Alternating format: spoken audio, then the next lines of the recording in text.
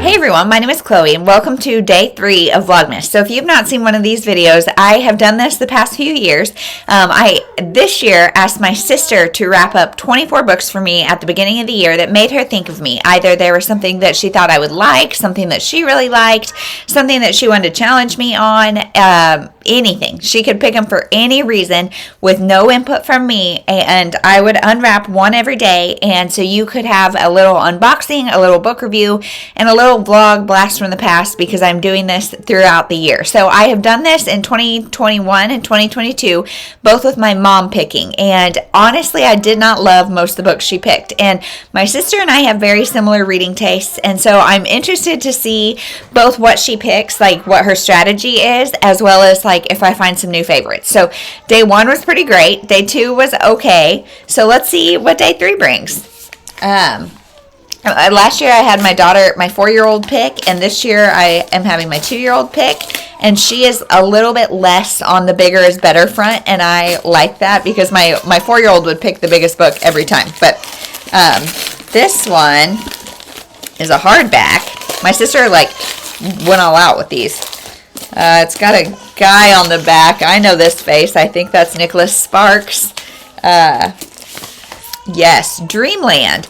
So this is actually one that was on my TBR already because somebody at the end of the year, at the end of 2022. So by the time you see this, it'll be the end of 2023, and it'll be mind-boggling. But at the end of 2022, there was a thing going around like recommend me 12 books, and so I put the graphic up on Instagram and Facebook, and this is one that one of my friends recommended. So I have not done that vlog yet, so do I read it for that vlog? I don't think so. I think I'll read it for this vlog and leave it a suspense. So yeah, I know nothing about this, honestly. Nicholas Sparks. Let's talk about Nicholas Sparks. I loved his books as a young person because, of course, they're emotional, hard-hitting, make you cry romances. Now, a lot of people will argue that they are not romances because most of them do not have an HEA, a happily ever after. Most of them end in a death or something really hard. But some do. I mean, some don't. I don't know. And then there's another conversation that I've heard a lot about a man writing romance and how we feel about that. I don't know. I have liked him in the past. Now that I have read so much more, I find a lot of cheese factor in a lot of his books, but there's some that I have also really liked and still like. So it's been years since I've read a Nicholas Sparks. So let's see. Colby Mills once felt destined for a musical career until tragedy grounded his aspirations. Now the head of a small family farm in North Carolina, he spontaneously takes a gig playing at a bar in St. Pete's Beach, Florida, seeking a rare break from his duties at home. But when he meets Morgan Lee, his world is turned upside down, making him wonder if the responsibilities he has shouldered need dictate his life forever. It is not good when I'm stumbling on the synopsis. The daughter of an affluent Chicago doctor, she graduated from a prestigious music program, wants to move to Nashville. They complete each other, yay. While they're falling in love, Beverly is on a heart-pounding journey of another kind, fleeing an abusive husband with her 6-year-old son. She's trying to piece together a life for them in a small town far off the beaten track, with money running out and danger, etc., etc. So in the course of a single unforgettable week, 2 young people will navigate the exhilarating heights of heartbreak of first love. Hundreds of miles away, Beverly will put her love for her young son to the test, and fate will draw all 3 people together. So I don't know. I really like that, multiple storylines converging. I also like that this is pretty short. It looks chunky, but it's really not. 350 maybe, and it seems like it's got pretty short chapters, so that'll be good. I'm really intrigued. And this, is this Kansas wheat? I don't know. Oh, no, it says North Carolina.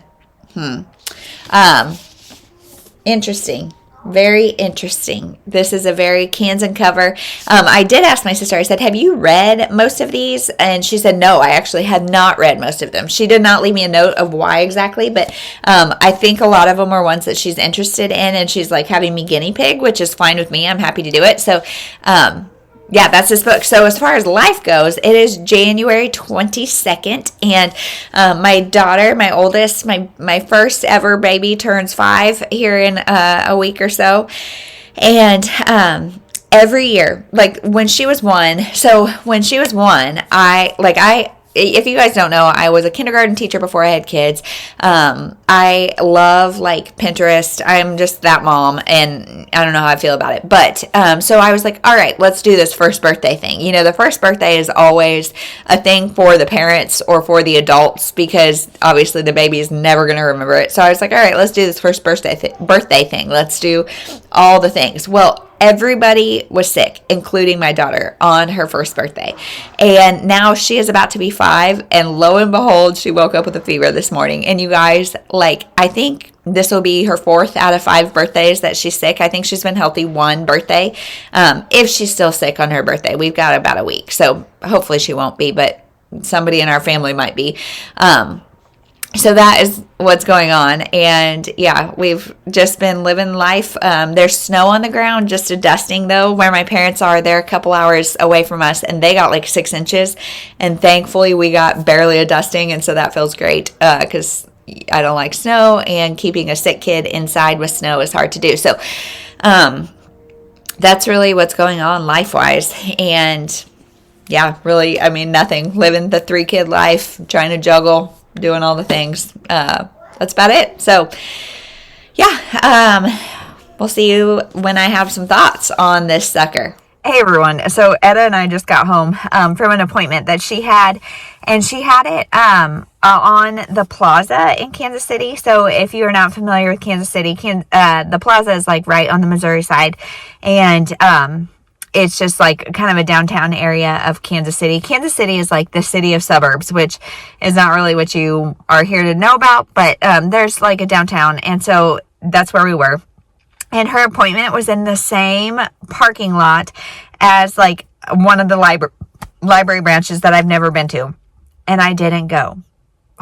I am so like discouraged, but we may be having to go back there for some follow-up treatment. So if I do, I will definitely plan more time so I can go, because that would have been so fun. But I have started Dreamland, and I'm maybe a quarter of the way in, and so far it's fine. I'm not really hooked. I'm not really emotionally invested. It's about a couple of musicians, just they've met, and that's about it. So far so fine.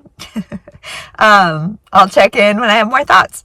Hey everyone, it is the next day, and we are outside because, you guys, it is like 48 degrees Fahrenheit, and it is like beautiful. It's sunny. That feels really cold. Like, it sounds really cold, but after we had probably 2 inches of snow a couple days ago, and it just feels good. However, I don't know if I said it in my last clip, but the girls this week my big girls have each had one like 24-hour period where they have a fever, and that's it. Like, Ainsley one night said her head hurt, and she had a fever and went to sleep, and she woke up with a fever and a headache, and then by noon it was gone.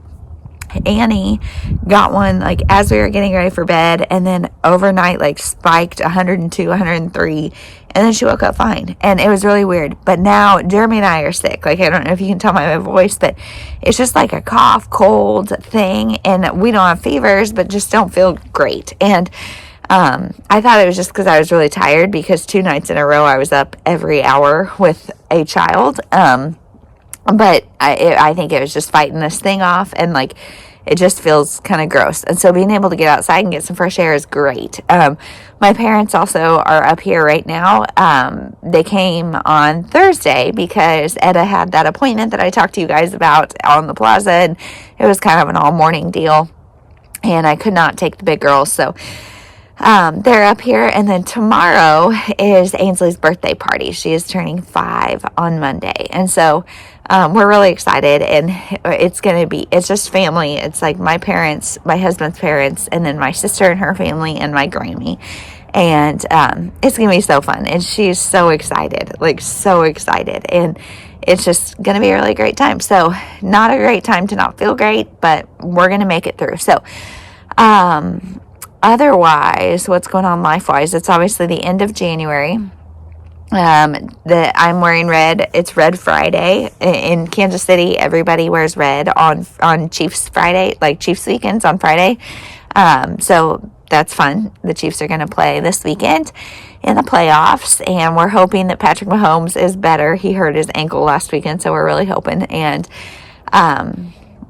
really, that's all that's going on in my life. My baby is 5 months old. She turned 5 months old yesterday, I think. And she's just the chattiest, best little baby, and we just love her so much. So that's everything. But Dreamland, I am almost done with it. I can't quite give my complete final thoughts, but I'm almost done with it. And so it's got like alternating, not even alternating, but it's got two storylines. And one is the romance between two musicians. A man who is, his job as a farmer, and he just goes and plays music at St. Pete's Beach, I think, every once in a while and whatever. And he meets this girl who is like an Instagram famous musician, wants to go to Nashville. Her family's all from doctors, etc. And so it's their romance, and then also a storyline of a mother and her young child running from something, and we don't know what. And like, the primary storyline is the romance, and I don't care at all about the romance, but I do really care about the mom and the child story. So, not a surprise. I am almost done, and the storylines have not connected.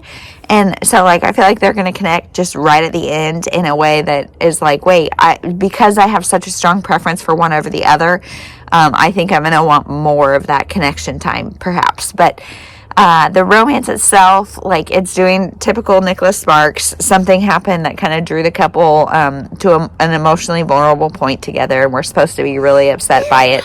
And that has happened, and I care, but only insofar as, like, okay, that sucks. Not, I don't know. I'm just not in love with the romance, but it's still good enough, I guess. If it was just the romance, I would say this is maybe a 3-star read. But the part with the mom, we'll see how it connects, but I am liking that part so much better. And the steamy scenes, I can't remember like how Nicholas Sparks typically is. They are closed door, but it's heavy implications, and like, so that's up to you. I mean, it doesn't bother me to read about, except there's like a lot of discussion around the intimate scenes, but we are not in the room when it happens. So I don't know, just really not caring that much about the romance, but I like the other storyline. So I'll get on and let you know for sure what I'm thinking in the end. But right now I'd say maybe a 3.5 stars. So hopefully, I know I'll finish like by the end of the evening tonight. Really, the only time I'm reading right now is after the girls are in bed, and then overnight, like through all my being awake in the middle of the night. So I'll finish it tonight for sure and let you know tomorrow my final thoughts. Hey everyone, so it's the next day and it is party day, and the guests are arriving here in about 15 minutes, so I've got to be quick. But I finished Dreamland and I'm giving it 3 stars. The end like made it so much worse for me. So this is like the romance, I never felt the chemistry. Like whatever, they go through vulnerable moments together, they have like they're there for each other, there's the third act conflict, all of that, and I just never was like, I never felt the chemistry. I was never like emotionally connected to them. I don't care. And so that, and then the way the storylines connect, like I said, it happens pretty late in the book, which is frustrating to me. And it uses a plot device that I loathe when this thing is used as a plot device in books. And I don't want to say anything because it could be kind of spoilery about what specifically I'm talking about. But if you want to know, leave me a comment down below and I will let you know what the plot device is that is used as like the big twist that connects the stories. I don't like it, and I feel like it's like disrespectful. It is just, it's not good. So, in like the whole storyline, I don't know. I just felt like it invalidated things, and I did not enjoy the ending at all. And so, probably 3 stars. Like that is the only thing that's really wrong with this book. For some reason, I did not connect to the characters. I didn't feel the chemistry. Maybe I'm alone in that. I don't really know. I was really enjoying the mother-son relationship and that plot line until the big twist of how they're connected. So I enjoyed that. But overall, I kind of wonder if Nicholas Sparks is just not the author for me. But it was fine. There's some, like, A Walk to Remember and stuff will always be, like, because I was such a, like, young teen at that time. Like, it was emotional and angsty because I didn't, like, have anything else as comparison. And so those will always be, like, nostalgic to me, but I don't know if new Nicholas Sparks is really going to be my jam. So that is my thoughts on that. Yeah, that is it. We'll see you in the next one. Thank you so much for watching.